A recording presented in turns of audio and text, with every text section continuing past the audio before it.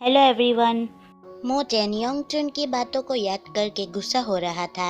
योंगचुन कह रही थी, मोचेन, जिंगशाओ ने मुझे प्रॉमिस किया है कि वो मेरे न्यू प्रोडक्ट प्रीमियर लॉन्च में परफॉर्म करेगी, तो मुझे लगा कि ये बात तुमसे बता देनी चाहिए। उसके चार्म की वजह से तुम्हारे बहुत सारे कॉम्पिटिटर्स हो जाएंगे। जेंग पीछे से बोलती है, मास्टर मू, प्लीज़ गुस्सा मत करिए। अगर आपको किसी बात से परेशानी हो रही है तो मुझे बता सकते हो। प्लीज़ ऐसे बिहेव मत किया करे। तो मोचेन बोलता है, ओके जेंगशाओ, तो क्या मैं तुम्हें, फिर अपने मन में सोचता है, मैं तुम्हें ये कह सकता हूँ कि तुम उस परफॉर्मेंस को ज्वाइन मत करो। तभी उसे योंगचुन की बातें याद आ जाती है कि तुम उसे अच्छी आइडियाज़ देना, क्योंकि उसे अभी इसके बारे में उतनी आइडियाज़ नहीं होती होगी, और तुम्हें उसकी विशेष का भी ख्याल रखना चाहिए। अगर तुम उसकी इच्छाओं को ऐसे मार दोगे तो उस पर तुम्हारी क्या इम्प्रेशन पड़ेगी। तो वो बोलता है, ओके, तुम जो चाहो वो कर सकती हो, मैं हमेशा तुम्हारे साथ हूँ। तभी वहाँ पर मोचेन की मॉम आ जाती है और वो बोलती है, तुम दोनों आ गए। मोचेन, मुझे तुमसे कुछ कहना है, क्या तुम फ्री हो? मोचेन बोलता है, ओके। जेंग बोलती है, तो मैं मोया को लेकर ऊपर चली जाती हूँ। फिर ये दोनों बैठे होते हैं। मोचेन की मॉम बोलती है, मोचेन, उस दिन मैंने तुमसे वो सारी बातें कह दी, और वो भी तुम्हारी फीलिंग्स के बारे में बिना सोचे समझे। मैंने तुम्हें बहुत हर्ट कर दिया था। क्या तुम मुझे उस बात के लिए माफ़ कर सकते हो? मैंने इसके बारे में बहुत सोचा। जिंगशाओ और तुम्हारे बिग ब्रो के बारे में सोचना काफ़ी सेल्फिश हो जाएगा। इनफैक्ट मैंने इसके बारे में तुम्हारे ब्रदर और जिंगशाओ से भी बातें नहीं की थी, उनसे भी ये बात कभी पूछी नहीं थी। तो आज मैं मुई से सीरियसली इस बारे में पूछ लूँगी। तभी मुई वहाँ पर आकर बोलता है, मॉम, मैंने जिंगशाओ के बारे में कभी भी ऐसा नहीं सोचा है, सो प्लीज़ ऐसा आप मत सोचिए। मोचेन के लिए भी टोंग टोंग को भूल जाना और किसी और को प्यार करना कोई आसान बात नहीं है। उसने तो जिंगशाओ से अपने प्यार का इजहार करने में अपना बेस्ट दिया था, और आप कह रही हो कि वो जिंगशाओ को छोड़ दे। आपको पता भी है कि इस बात से वो कितना हर्ट हो सकता है। ऊपर से आपने उसे बुरा भला कह दिया। अब मुया भी मेरे पास आ नहीं पा रही है। तो मोचेन शर्माने लग जाता है। मोचेन की मॉम बोलती है, मैं तो ये भूल ही गई थी कि तुम तीनों भाइयों में से सबसे ज़्यादा ज़िद्दी थे। कोई भी तुम्हारे डिसीजंस को बदल नहीं सकता था। मुई का हमेशा से लोग फ़ायदा उठाते आ रहे हैं, सो मैंने तुम्हारी फीलिंग्स के बारे में ना सोचकर उसके बारे में ही सोच लिया था। तो मोचेन बोलता है, इट्स ओके मॉम, पर अब मैं कोई छोटा बच्चा नहीं रहा, तो क्या आप अभी भी मुझे कॉर्नर में खड़ा रहकर पनिश करोगे? मोचेन की मॉम बोलती है, नहीं नहीं, मैं ऐसा कभी नहीं करूँगी, पर अब से मैं तुम्हारे मामले में दखल अंदाज नहीं करूँगी।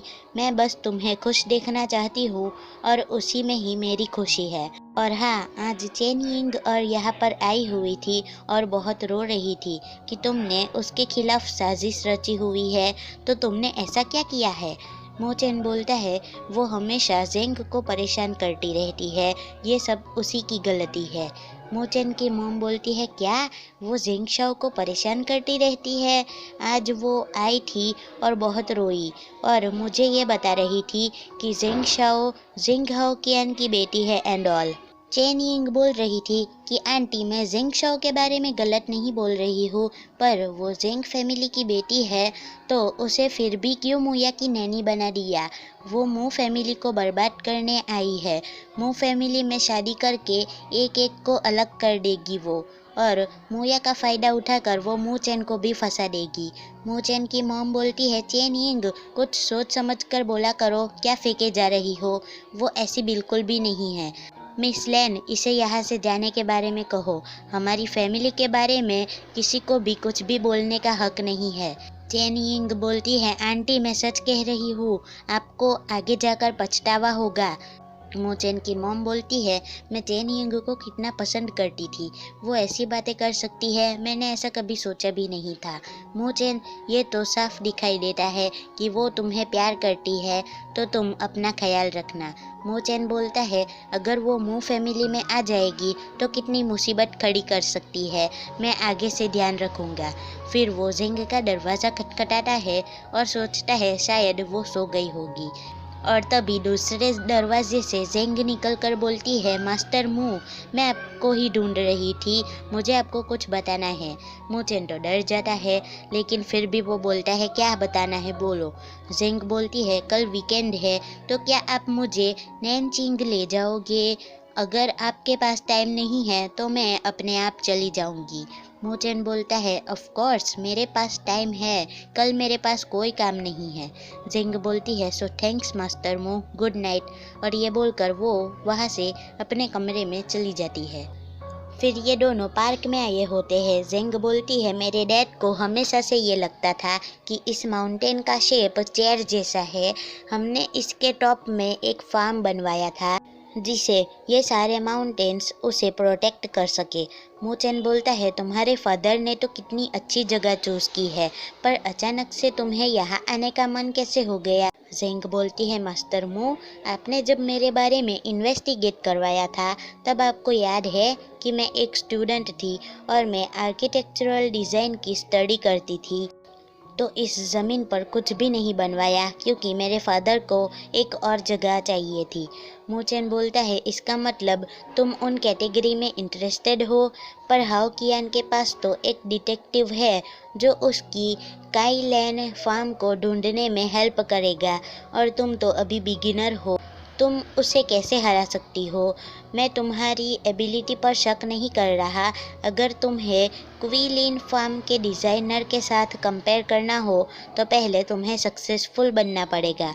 जेंग बोलती है, मुझे उन बातों से कोई फ़र्क नहीं पड़ता, उसे तो बस थोड़ी सी डिज़ाइन स्कीम चाहिए होगी, किसी के डिज़ाइनर की रेप्यूटेशन थोड़ी, तो मैं ये चाहती हूँ कि वो मेरी डिज़ाइन को पसंद कर दे, दैट्स इट। इवन मेरे पास कोई कॉम्पिटिटर्स भी नहीं है। मोचेन बोलता है, क्या मतलब? जेंग बोलती है, मैंने जब ये सब सीखना स्टार्ट ही किया था तब मैं अपना बेस्ट देती थी, और जो इन्वेस्टर था वो मेरी मॉम का फ्रेंड ही था, उसे मेरी मॉम बहुत पसंद थी। उसके मेरी मॉम को कन्फेस करने से पहले ही मेरी मॉम की शादी हो गई थी, तो उसने टीसीटी लीव कर दी थी, और उसे जब ये बात पता चली कि मेरी मॉम गुजर चुकी है तो वो फिर से वहाँ पर क्वीलिन फार्म में इन्वेस्ट करने के लिए आ गया। फिर सीन पास्ट में शिफ्ट होता है और लोग बातें कर रहे थे कि अगर कुछ खराब हो गया तो कौन इसकी रिस्पॉन्सिबिलिटी लेगा। तो जेंग की मॉम का फ्रेंड बोलता है, अगर कुछ भी बुरा होगा तो मैं उसकी रिस्पॉन्सिबिलिटी लूँगा, तुम युनली की बेटी हो तो मैं तुम पर ट्रस्ट करता हूँ। वो अपना सारा टेंशन भूल गया था, उस पर जो प्रेशर था सब कुछ भुलाकर वो हमारी हेल्प करने के लिए रेडी था। वो बोल रहा था कि फार्म को ख़त्म हो जाने दो, फिर मैं अपनी विश को कंप्लीट कर दूँगा, तो मैं उसे डिसअपॉइंटेड नहीं कर सकती थी और अपनी एबिलिटी प्रूव करूँगी। मुझे ये भी पता नहीं था कि मेरा स्केच इतना ज़्यादा अच्छा बन जाएगा कि लोग उसे हमेशा के लिए याद रखेंगे।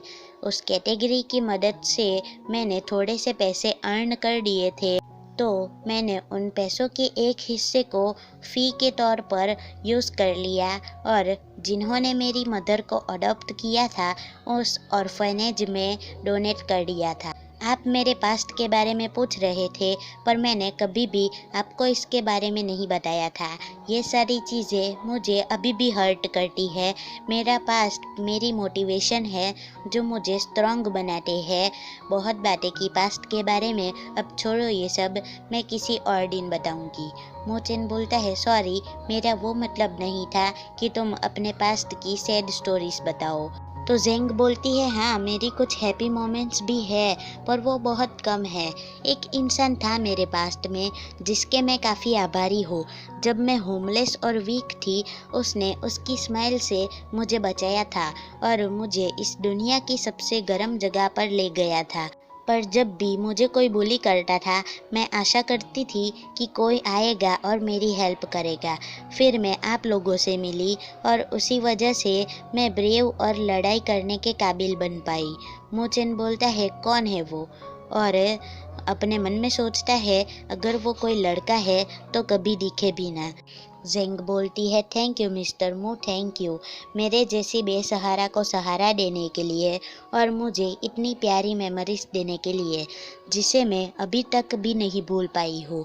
पर मैंने कभी भी ये नहीं सोचा था कि जो बिग ब्रदर मेरी हेल्प कर रहा है वो बड़ा होकर कैमेलियन बन जाएगा। मैं आपके सामने ये सारी चीज़ें बोल रही हूँ, इसका मतलब ये नहीं है कि मैंने आपको एक्सेप्ट कर लिया।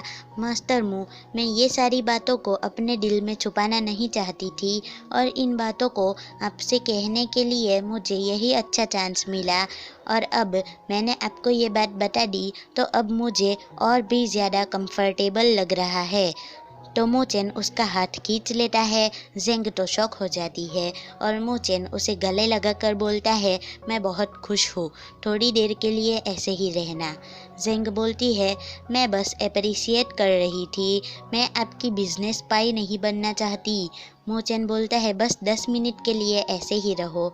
जेंग बोलती है मास्टर मू, अब और ज़्यादा रिक्वेस्ट मत किया करो। थोड़ी देर बाद वो मोई को बोलती है थैंक्स ब्रदर मोया का ख्याल रखने के लिए, और मोया मोचेन को गुस्से में देख रही थी।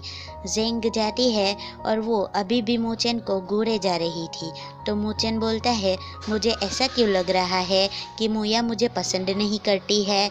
मोई बोलता है तुम्हारे और जेंग शाओ के बीच में क्या बातें हुई, अगर शाओ को कुछ भी हुआ होगा तो मोया को अच्छा नहीं लगेगा। मोचेन बोलता है आई विश कुछ हो जाता। और इसी के साथ ये चैप्टर होता है यहीं पर ही ख़त्म। So that's it for today and thanks for watching. मिलते हैं नेक्स्ट वीडियो में। टाटा।